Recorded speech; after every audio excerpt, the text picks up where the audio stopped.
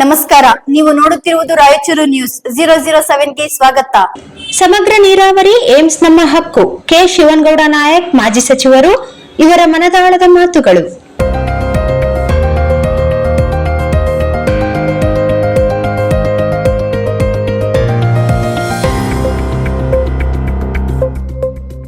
ಕಲ್ಯಾಣ ಕರ್ನಾಟಕದ ನನ್ನ ಪ್ರೀತಿಯ ಅಣ್ಣ ತಮ್ಮಂದಿರೇ, ಅಕ್ಕ ತಂಗಿಯರೇ, ರೈತ ಬಂಧುಗಳೇ, ಕಾರ್ಮಿಕರೇ, ಯುವಕರೇ, ವಿದ್ಯಾರ್ಥಿಗಳೇ ಹಾಗೂ ನನ್ನ ತಾಯಂದಿರೇ, ಇಂದು ನಾನು ನಿಮ್ಮ ಮುಂದೆ ರಾಜಕಾರಣಿಯಾಗಿ ನಿಂತಿಲ್ಲ. ಈ ಮಣ್ಣಿನ ಮಗನಾಗಿ, ನಿಮ್ಮಲ್ಲೊಬ್ಬನಾಗಿ ನನ್ನ ಮನದಾಳದ ನೋವನ್ನು ನಿಮ್ಮೊಂದಿಗೆ ಹಂಚಿಕೊಳ್ಳಲು ಬಂದಿದ್ದೇನೆ. ಅಧಿಕಾರಕ್ಕಾಗಿ ಬಂದಿಲ್ಲ, ಮತ ಕೇಳಲು ಬಂದಿಲ್ಲ. ಈ ನೆಲದ ನೋವು ನನ್ನ ನೋವಾಗಿದೆ. ನಮ್ಮ ಭಾಗದ ಜನರ ಕನಸು ನನ್ನ ನನಸಾಗಿದೆ. ಅದಕ್ಕಾಗಿಯೇ ನನ್ನ ಮನಸ್ಸಿನ ಮಾತುಗಳನ್ನು ನಿಮ್ಮ ಮುಂದೆ ಇಡುತ್ತಿದ್ದೇನೆ. ಕಲ್ಯಾಣ ಕರ್ನಾಟಕದ ಜನರ ಬದುಕನ್ನು ಹಲವು ದಶಕಗಳಿಂದ ಕಾಡುತ್ತಿರುವ ಪ್ರಶ್ನೆ ಒಂದೇ: ನಮ್ಮ ಭಾಗಕ್ಕೆ ಸಮಗ್ರ ನೀರಾವರಿ ಯಾವಾಗ? ನಮ್ಮ ಭಾಗದಲ್ಲಿ ಏಮ್ಸ್ ಯಾವಾಗ ಸ್ಥಾಪನೆಯಾಗುತ್ತದೆ?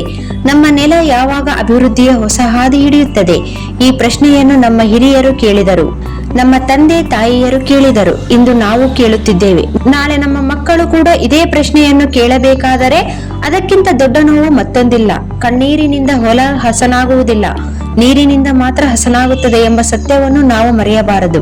ರಾಯಚೂರು, ಯಾದಗಿರಿ, ಕೊಪ್ಪಳ, ವಿಜಯನಗರ, ಬಳ್ಳಾರಿ, ಕಲಬುರಗಿ ಹಾಗೂ ಬೀದರ್ ಭಾಗದ ಜನರು ದುಡಿಯುವುದರಲ್ಲಿ ಯಾರಿಗೂ ಕಡಿಮೆ ಇಲ್ಲ. ಬೆಳಗಿನ ಜಾವವೇ ಹೊಲಕ್ಕೆ ಇಳಿದು ಬೆವರು ಸುರಿಸುವ ರೈತ ನಮ್ಮವನಾಗಿದ್ದಾನೆ. ಬಿಸಿಲನ್ನು ಮಳೆಯನ್ನು ಲೆಕ್ಕಿಸದೆ ದುಡಿಯುವ ಕಾರ್ಮಿಕ ನಮ್ಮವನಾಗಿದ್ದಾನೆ. ಉತ್ತಮ ಭವಿಷ್ಯದ ಕನಸು ಕಾಣುವ ಸಾವಿರಾರು ಯುವಕರು ಮತ್ತು ವಿದ್ಯಾರ್ಥಿಗಳು ನಮ್ಮವರೇ. ಆದರೆ ಅವರ ಪರಿಶ್ರಮಕ್ಕೆ ತಕ್ಕ ಪ್ರತಿಫಲ ಸಿಗುತ್ತಿಲ್ಲ. ರೈತನಿಗೆ ನೀರು ಇಲ್ಲ, ಯುವಕರಿಗೆ ಅವಕಾಶಗಳಿಲ್ಲ, ಬಡವರಿಗೆ ಉತ್ತಮ ಆರೋಗ್ಯ ಸೌಲಭ್ಯಗಳಿಲ್ಲ.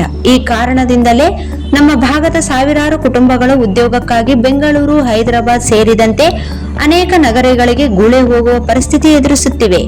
ನಮ್ಮ ಮಕ್ಕಳಿಗೆ ತಮ್ಮದೇ ನೆಲದಲ್ಲಿ ಗೌರವಯುತ ಬದುಕು ಕಟ್ಟಿಕೊಳ್ಳುವ ಅವಕಾಶ ಸಿಗಬೇಕಾದರೆ ಸಮಗ್ರ ಅಭಿವೃದ್ಧಿಯೇ ಏಕೈಕ ಮಾರ್ಗವಾಗಿದೆ.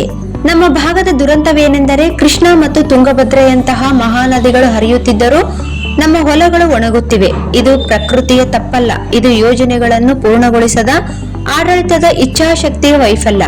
ಹಲವು ವರ್ಷಗಳಿಂದ ರೈತರ ಕನಸಾಗಿರುವ ನವಲಿ ಜಲಾಶಯ ಇನ್ನೂ ಸಾಕಾರವಾಗಿಲ್ಲ.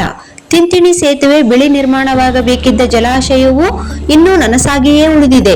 ಈ ಎರಡು ಯೋಜನೆಗಳು ಜಾರಿಯಾದರೆ ಕಲ್ಯಾಣ ಕರ್ನಾಟಕದ ಲಕ್ಷಾಂತರ ಎಕರೆ ಭೂಮಿ ಹಸಿರಾಗುತ್ತದೆ, ಸಾವಿರಾರು ರೈತರ ಬದುಕು ಬದಲಾಗುತ್ತದೆ.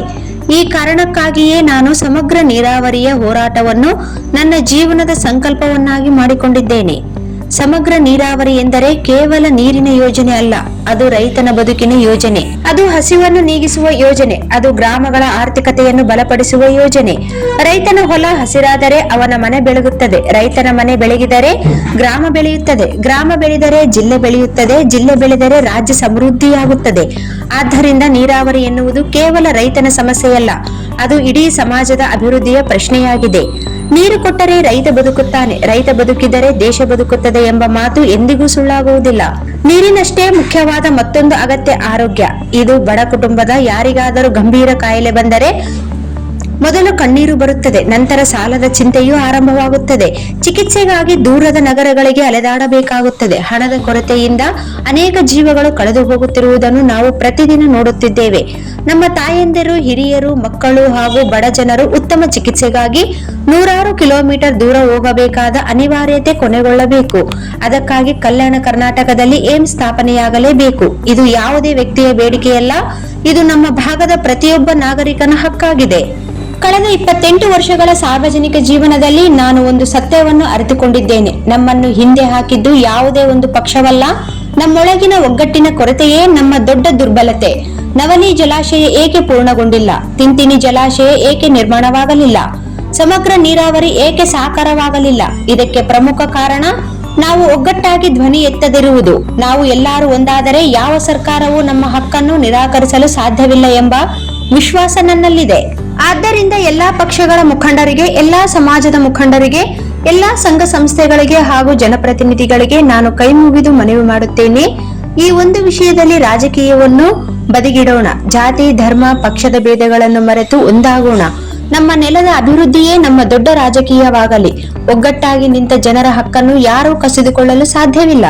ಒಂದು ವೇಳೆ ಈ ಒಂದು ಕಾರ್ಯ ಆಗದೇ ಇದ್ದರೆ ನಾವು ಮುಂದಿನ ಪೀಳಿಗೆಗೆ ವಿಷ ಕೊಟ್ಟಂತೆ, ಒಂದು ವೇಳೆ ಇದು ಸಾಧ್ಯವಾದರೆ ನಾವು ಉತ್ತಮ ಸಮಾಜವನ್ನು ಕಟ್ಟಿಕೊಟ್ಟಂತೆ ಎಂದು ಭಾವಿಸಿರುವೆ.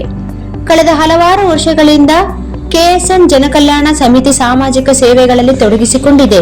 ಮುಂದಿನ ದಿನಗಳಲ್ಲಿ ಇದೇ ಸಮಿತಿಯ ನೇತೃತ್ವದಲ್ಲಿ ಸಮಗ್ರ ನೀರಾವರಿ ಹಾಗೂ ಏಮ್ಸ್ ಸ್ಥಾಪನೆಗಾಗಿ ಹೋರಾಟದ ರೂಪುರೇಷೆಗಳನ್ನು ಸಿದ್ಧಪಡಿಸಿದ್ದೇವೆ. ಈ ಹೋರಾಟ ಯಾವುದೇ ಪಕ್ಷದ ವಿರುದ್ಧವಲ್ಲ, ಯಾವುದೇ ವ್ಯಕ್ತಿಯ ವಿರುದ್ಧವೂ ಅಲ್ಲ. ಇದು ರೈತನ ಬದುಕಿಗಾಗಿ, ಬಡವರ ಆರೋಗ್ಯಕ್ಕಾಗಿ, ಯುವಕರ ಭವಿಷ್ಯಕ್ಕಾಗಿ ಮತ್ತು ಕಲ್ಯಾಣ ಕರ್ನಾಟಕದ ಸರ್ವಾಂಗೀಣ ಅಭಿವೃದ್ಧಿಗಾಗಿ ನಡೆಯುವ ಜನಾಂದೋಲನವಾಗಿದೆ. ಜುಲೈ 14 ನನ್ನ ಜನ್ಮದಿನ. ಈ ಬಾರಿ ನನಗೆ ಹೂವಿನ ಹಾರ ಬೇಡ, ದೊಡ್ಡ ಬ್ಯಾನರ್ಗಳನ್ನು ಬೇಡ, ಕೇಕ್ ಕತ್ತರಿಸುವ ಸಂಭ್ರಮವೂ ಬೇಡ. ನನ್ನ ಹುಟ್ಟುಹಬ್ಬವನ್ನು ಸಮಗ್ರ ನೀರಾವರಿ ಮತ್ತು ಏಮ್ಸ್ ಸ್ಥಾಪನೆಗಾಗಿ ಸಂಕಲ್ಪದ ದಿನವನ್ನಾಗಿ ಸಮರ್ಪಿಸುತ್ತಿದ್ದೇನೆ.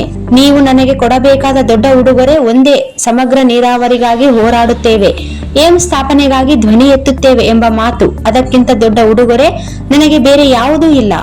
ಈ ಪವಿತ್ರ ಮಣ್ಣಿನ ಮುಂದೆ ನಾನು ಒಂದು ಪ್ರತಿಜ್ಞೆ ಮಾಡುತ್ತಿದ್ದೇನೆ: ಸಮಗ್ರ ನೀರಾವರಿ ಜಾರಿಯಾಗುವವರೆಗೆ, ಏಮ್ಸ್ ಸ್ಥಾಪನೆಯಾಗುವವರೆಗೆ ನನ್ನ ಹೋರಾಟ ನಿಲ್ಲುವುದಿಲ್ಲ. ನಾನು ಹಿಂದೆ ಸರಿಯುವುದಿಲ್ಲ, ನಾನು ಮೌನವಾಗುವುದಿಲ್ಲ. ಈ ಸಂಕಲ್ಪ ಈಡೇರುವವರೆಗೂ ವಿಶ್ರಾಂತಿ ಪಡೆಯುವುದಿಲ್ಲ. ಇದು ನನ್ನ ವೈಯಕ್ತಿಕ ಹೋರಾಟವಲ್ಲ, ಕಲ್ಯಾಣ ಕರ್ನಾಟಕದ ಕೋಟ್ಯಾಂತರ ಜನರ ಕನಸಿನ ಹೋರಾಟವಾಗಿದೆ.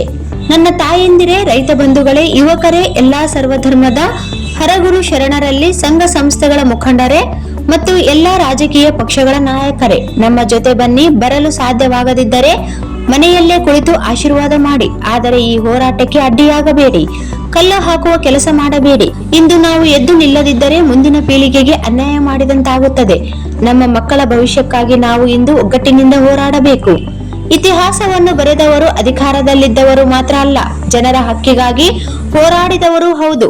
ಬನ್ನಿ, ಕೈ ಕೈ ಹಿಡಿದು ಭುಜಕ್ಕೆ ಭುಜ ಕೊಟ್ಟು ಸಾಗೋಣ. ಸಮಗ್ರ ನೀರಾವರಿಗಾಗಿ ಧ್ವನಿ ಎತ್ತೋಣ, ಏಮ್ಸ್ ಸ್ಥಾಪನೆಗಾಗಿ ಸಂಕಲ್ಪ ಮಾಡೋಣ. ನವಲಿ ಜಲಾಶಯ ನಿರ್ಮಾಣವಾಗುವವರೆಗೆ, ತಿಂತಿಣಿ ಜಲಾಶಯ ಸಾಕಾರವಾಗುವವರೆಗೆ, ರೈತನ ಹೊಲ ಹಸಿರಾಗುವವರೆಗೆ, ಬಡವರಿಗೆ ಅತ್ಯುತ್ತಮ ಚಿಕಿತ್ಸೆ ಸಿಗುವವರೆಗೆ ಮತ್ತು ಕಲ್ಯಾಣ ಕರ್ನಾಟಕ ಅಭಿವೃದ್ಧಿಯ ಹೊಸ ಎತ್ತರ ತಲುಪುವವರೆಗೆ ನಮ್ಮ ಹೋರಾಟ ನಿಲ್ಲುವುದಿಲ್ಲ.